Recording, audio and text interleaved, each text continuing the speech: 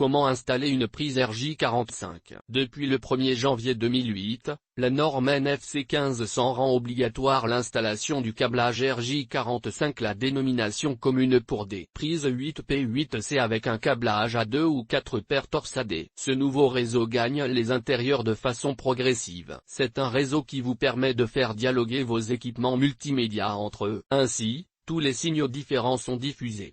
Cet échange s'opérant depuis un coffret de communication connecté, et par un seul type de câble sur un seul type de prise RJ45. Ce dernier reçoit les signaux de la télévision, du téléphone, du matériel informatique, de votre boîtier ADSL, entre autres. Il vous faut absolument savoir qu'un réseau informatique est en étoile, à savoir que toutes les prises de votre maison ou bureau sont directement raccordées au tableau de communication. Il n'y a ni repiquage, ni dérivation possible comme avec l'électricité ou le téléphone. Le câblage RJ45 est à la portée de n'importe quelle personne sachant bricoler. Il vous suffit de suivre à la lettre le processus à suivre pour installer le réseau, ou une prise RJ45. Les normes à respecter.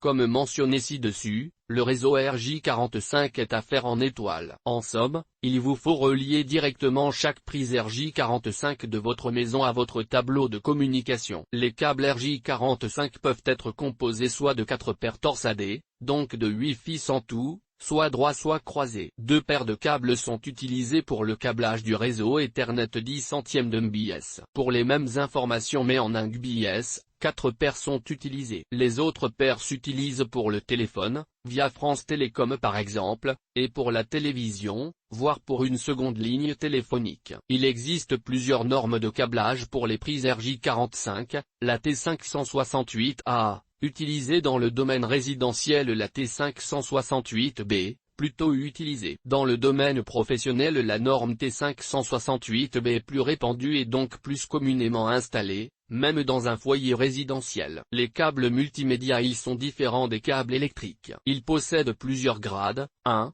2 et 3. Plus le grade est élevé, plus le câble accepte un débit élevé. Il possède donc 4 paires torsadées. Il ne faut ni les tordre ni les déformer. Pour une installation en toute sécurité, il vaut mieux utiliser un dérouleur de câbles. Évitez de les coincer dans des endroits difficiles d'accès ou trop étroits. Ne les dénudez pas à plus de 3 cm.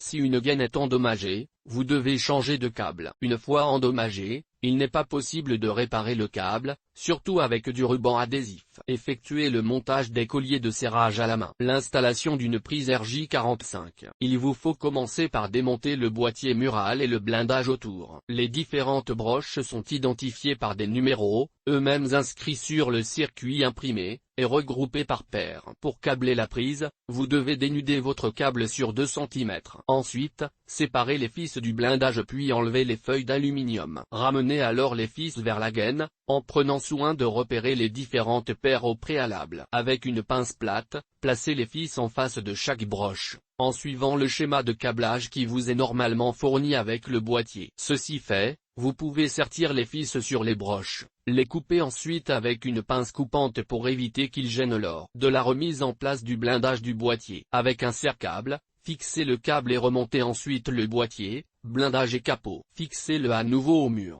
Avant de fixer à nouveau le boîtier au mur, vous pouvez vérifier le bon fonctionnement de vos branchements à l'aide d'un testeur RJ45 que vous devez brancher sur une prise. Recommandation: ne mélangez pas courant fort et courant faible dans la même gaine. Veillez à laisser une distance minimum de séparation de 5 cm lors d'une circulation horizontale ou de 30 cm lors d'une circulation verticale. Le croisement des câbles doit se faire à 90 degrés. Le câble Ethernet ne doit pas être mis sans protection. Il faut forcément qu'il soit à l'intérieur d'une gaine. Pensez à couper l'électricité pour éviter les accidents et jeter tout le matériel d'installation et sur matériel électrique, comme